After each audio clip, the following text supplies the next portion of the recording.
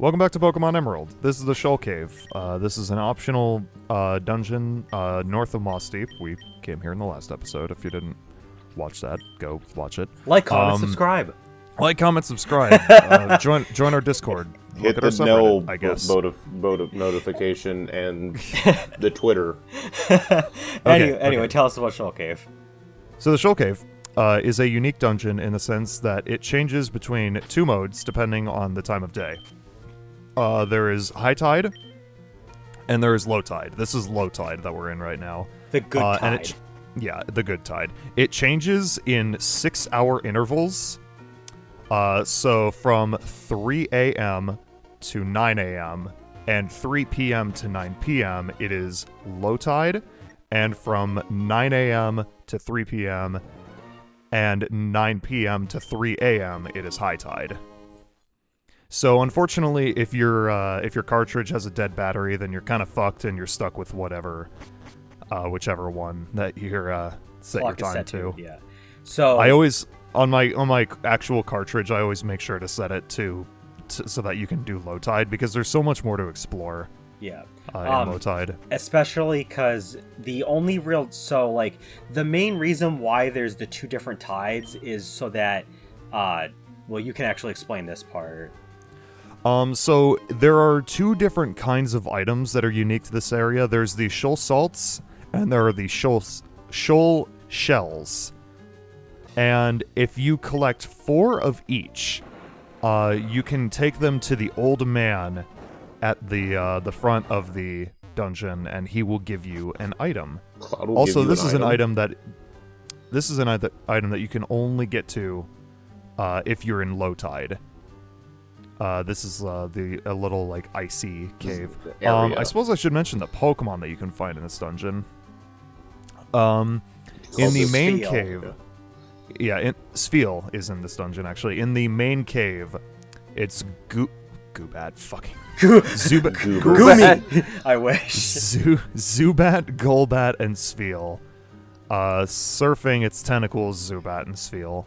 And in the ice room, you can find Zubat, Golbat, Spheal, and Snorunt, which is a Pokemon that is completely exclusive to this area of this game.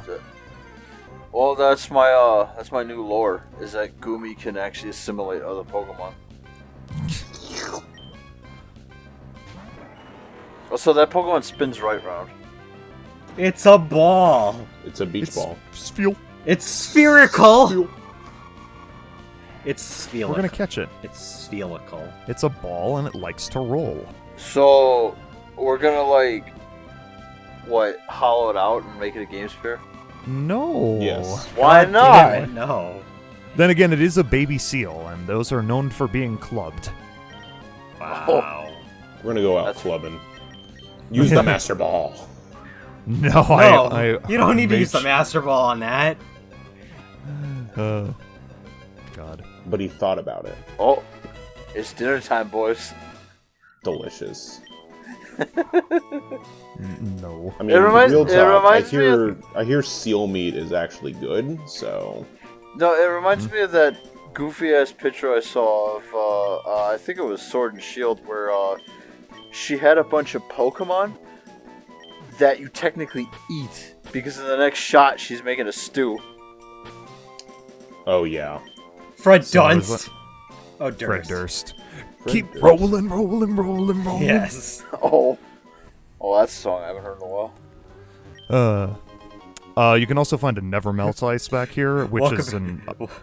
I was gonna say welcome back to... No, I was gonna say welcome back to WWE SmackDown circa 2002. Oh god. We're just getting ready to watch The Undertaker's title match. God. What was I gonna say? The Never Melt Ice is an item that is a hold item that increases the power of ice type moves. It's a decent held item for in-game if you have a Pokemon that has an ice type move and you need to pump it up a little bit. What are the odds of finding that in here? This is the only area in the game that has ice physics.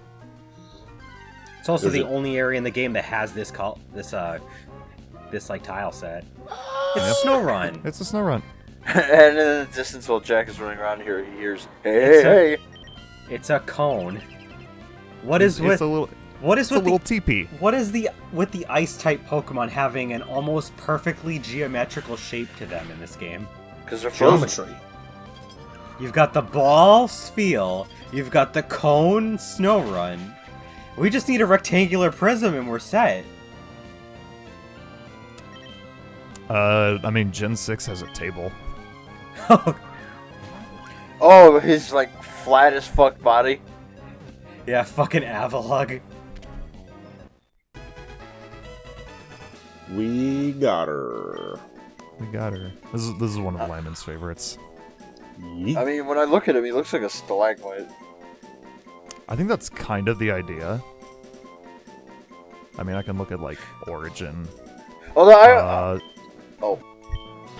Snorunt is based on Yukinko, a childlike spirit in Japanese mythology said to emerge when it snows, as well as the Zashiki Warashi, a mischievous spirit from the folklore of Iwate Prefecture. It also seems to be stylized. I forgot to cut this out, my bad. How dare. Let's see, blah blah blah. It also seems to be stylized of a person wearing a yukimino, a type of traditional winter wear from the snowy parts of Japan that consists of a conical snow cloak made of straw. So in other words, this is there you one go. of the few Pokemon that they got away with having almost exclusively heavily Japanese-influenced folklore. Because once in a while, they'll come out with a Pokemon that is pretty much almost exclusively Japanese-inspired, and you would not know what the hell it's supposed to be. But it's cute, so who cares? I mean, when I was a kid, I always thought it was like a little teepee. Like a Native American teepee. It does look like a teepee. So the little blue things that you can see that we cannot access yet because that requires high tide, those are the Shoal shells. Oh. The item that you can get Jump. if you the item that you can get after is the Shell Bell. Oh. Which Yeah. Oh, and one other thing. Those do actually respawn. Again, if your clock works. every day. Every day, yeah. So you can come back here and, like, do this as much as you want to. If you want to. Miraculously, despite using the speed up feature a shit ton in over the course of this recording this Let's Play, the time had not changed from real time. Well, that's because it's Oh, wait. it follows your actual real-time clock, so Yeah. it doesn't care that you're like fast forwarding because it's going to be like, well, it's still 8:08, it's still 7:59, so Jack. Yeah, I know. I thought it started at 8 p.m. and I fucked up. that's okay. We'll just scribble it Yeah, out 'cause, right It would have. Yeah, I was going to say, perfect. Just screw not- Future Jack put a 9 over the 8. Well, because, what is it, emulators always go off of your computer, time. Yeah. Which is kind of convenient, because it makes everything you play, like, universal then. So yeah, this is the high tide Shoal Cave. There is unfortunately not nearly as much to explore. It's literally just this one area, like past the entrance, And there's just like nothing there's not- exclusive to this section either. yeah, I mean aside from the Shoal shells obviously, but like there's not a lot to look at. You just find these 4 things and that one item that's right over there, and I think one other item as well. But like, there's not a lot going on here. That's You actually, do go get that item, because- right? Oh. Yeah.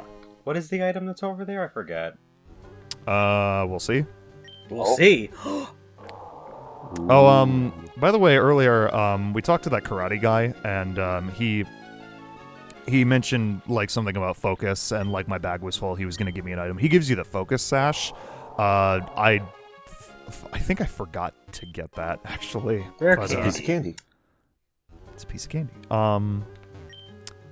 Yeah, the focus sash item that when a Pokemon is holding it, will like hold on with 1 HP, even if they get hit with a like move that would have killed them otherwise. Well, in a single player game of Pokemon, like when you're not like trying to fight competitively. Wait a minute. What's up? The Focus Sash, like the one from when they, or is it the Focus Band? Because I know. Oh, Focus Band. I was gonna say because the Focus Sash it wasn't introduced till Gen 4. The Focus Band and Focus Sash, they function a little differently. They both have effectively like the same concept.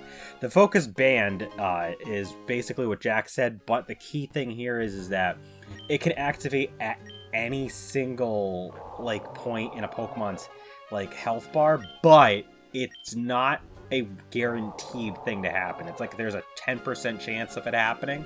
The Focus Sash, introduced in the next generation, will always kick in and have a Pokemon survive with 1 HP, but it only works from full HP, and so it won't work at any other point.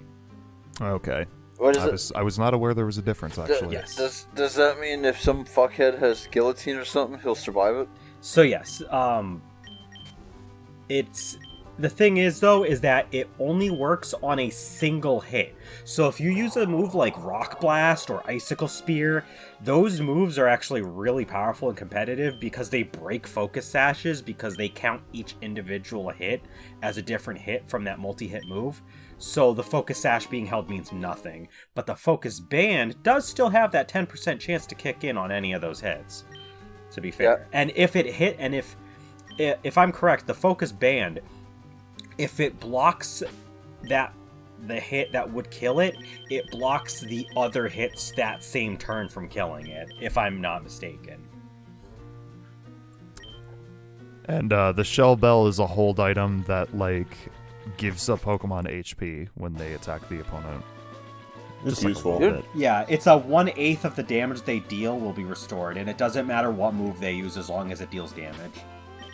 Yep. You know, I never really talked about this, but Gen 3 is actually when I started hating rock types, because I love rock types. No, I hate them because I fucking always get caught in a fight with them, and every single one of them always has fucking Sturdy. Sturdy didn't start until Gen 5. I was going to say, Sturdy was introduced in Gen 3, but the actual effect that you're thinking of, Justin, yeah, that wasn't until Gen 5.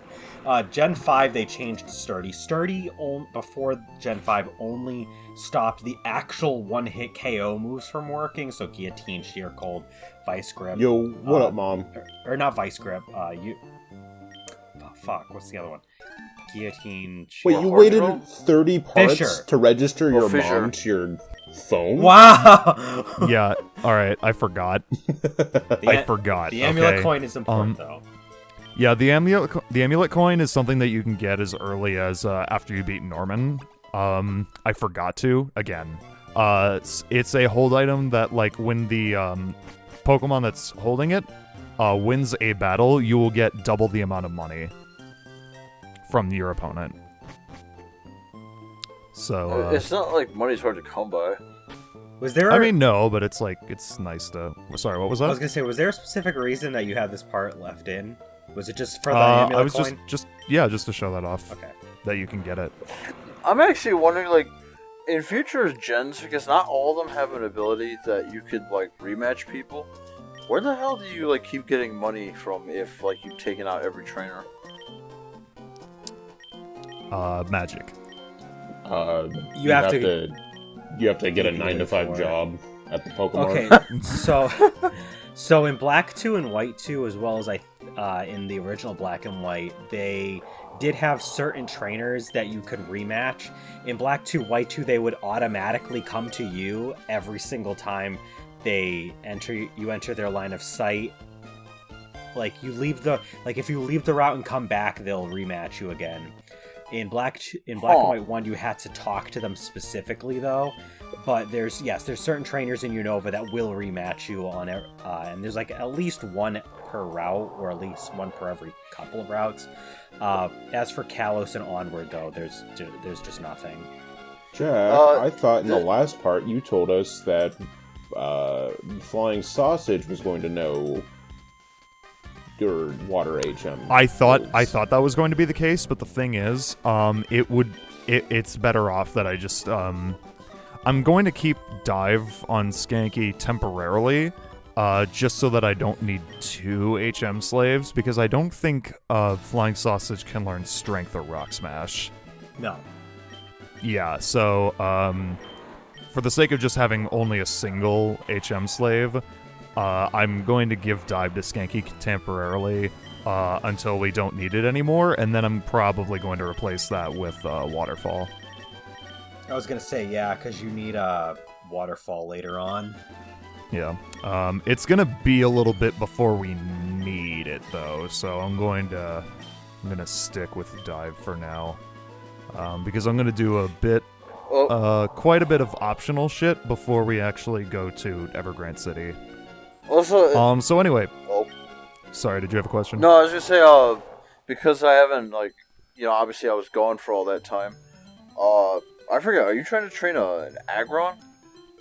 Yes. Okay, because I thought I saw Steel Tag, couldn't remember what it was though. So this is what diving is. This is something that was introduced in this generation and Never again. Never again. Bring it back, you fucking cowards! Whoops, diving sucked. Check out this this is a- Fox. Diving was This one of is the a- greatest things. I want a This is- Pokemon game that you can do all 3 in. Fly, dive, and fucking... Oh wait, there was Rebecca Ruby. So, okay, this is where you need to go. This is where the seafloor cavern is, and this is where Team Aqua is hidden out. This is a part of the game that a lot of people, kind of get stuck in, because it's like, where the fuck do I go? It's, the long, dark strip of, diveable area that's, south of Moss Deep. Say that again. Just, dive there. Say that again with better sorry. words this time. Shut up. So, yeah, that's where it is. Next time on Pokemon Emerald, we're gonna take on Team Aqua for the final time. For real this time.